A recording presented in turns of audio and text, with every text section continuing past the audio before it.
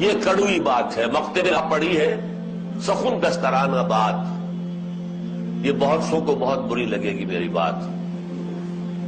خدا کے لیے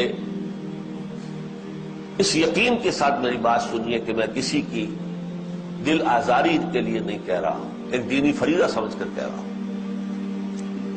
من رغب عن سنتی فلیس منی، جسے میری سنت پسند نہیں ہے، جو میری سنت سے اعراض کرتا ہے، اس کا مجھ سے کوئی تعلق نہیں۔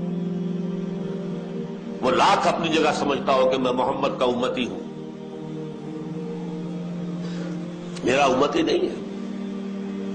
ہو سکتا ہے ہم شفاعت کے امیدوار بن کر حضور کی طرف دیکھیں اور حضور فرمائے دفع ہو جاؤ، تمہارا مجھ سے کوئی تعلق نہیں۔ میری سنت،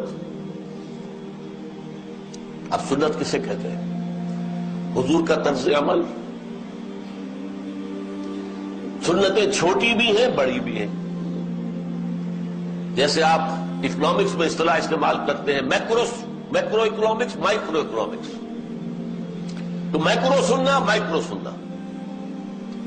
مائکرو سننا کی مثال سب سے مائکرو، سب سے چھوٹی، مسجد میں داخل ہو تو دایاں آگے جائے بایاں نہ جائے، باہر نکلے تو بایاں پہلے نکلے دایاں نہ نکلے۔ کسی نے تو نکلنا ہے بھائی، لیکن احساس رہے کہ داخل ہوتے ہوئے دایاں آگے، نکلتے ہوئے بایاں آگے۔ بیت الخلاء میں جا رہے ہو تو بایاں آگے دایاں بعد میں، نکل رہے ہو تو دایاں پہلے بایاں بعد میں۔ سنت پر عمل ہو گیا، ثواب مل گیا۔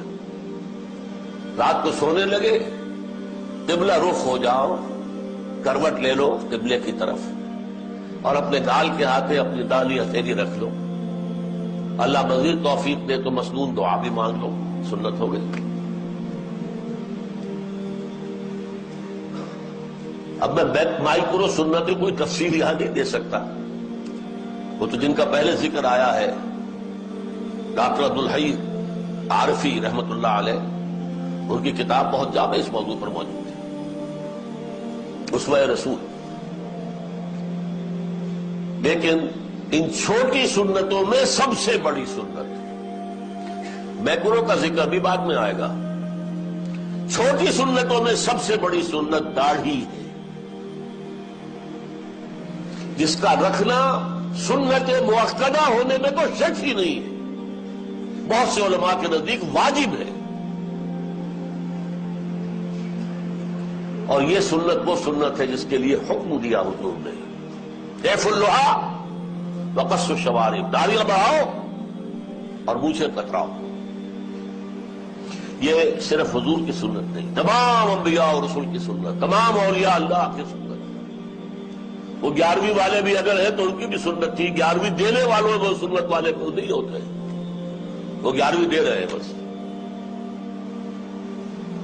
اچھا، یہ سنت ایسی عجیب ہے کہ ہے تو ہر دم ہے اور نہیں ہے تو یکسر نہیں ہے۔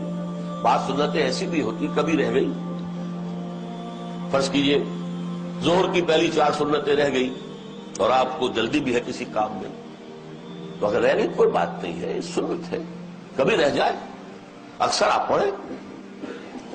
یہ سنت ہے کہ ہے تو ہمہ وقت ہے اور ہے نہیں تو زیرو، آل اور نن لا کہلاتا ہے فزیولوجی میں، ہے تو پوری اور نہیں ہے تو کچھ بھی نہیں۔ یہ مسلمان کی پہچان ہے، مسنون سنت، مسنون داڑھی۔ دور سے آپ کو پتہ لگے گا یہ مسلمان آ رہا ہے، ورنہ کیا پتا کوئی عیسائی ہے، کوئی مثبت کا آدمی ہے، کوئی ہندو ہے، کون ہے کیا پتا۔ یہ ہماری پہچان ہے۔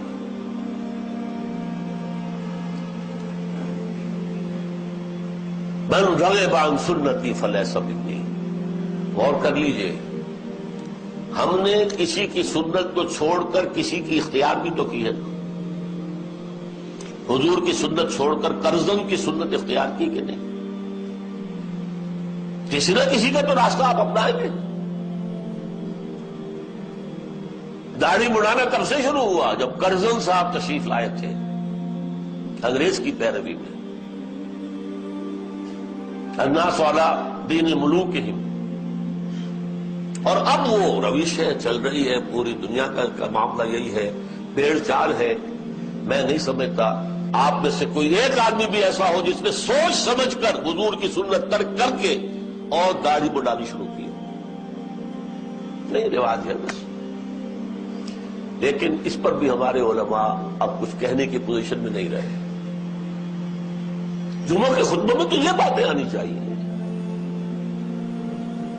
کیا کہیں دیہات میں جاگیردار یا کزوگیدار سامنے بیٹھا ہوا داڑھی مڑائے ہوئے, کیا کہیں اس کے سامنے؟ شہروں میں بھی اکثر و بیشتر انتظامیہ کے افراد جو ہیں وہ داڑھی مڑے ہیں, کیا کہیں؟ لیکن میں آپ سے خیانت برتوں گا اگر میں اس کا ذکر نہ کروں. And it's never late, too late. اب بھی چاہے آپ کی عمر 60 کی ہو گئی ہو, 70 کی ہو گئی ہو, نہ گھبرائیے کہ کیا کہیں گے لوگ. داڑھی رکھیے, جوان ہے ضرور رکھیں, ضرور رکھیں, ضرور رکھیں. حضور کے ساتھ ہمارے تعلق کا یہ ایک پیمانہ ہے آئینہ.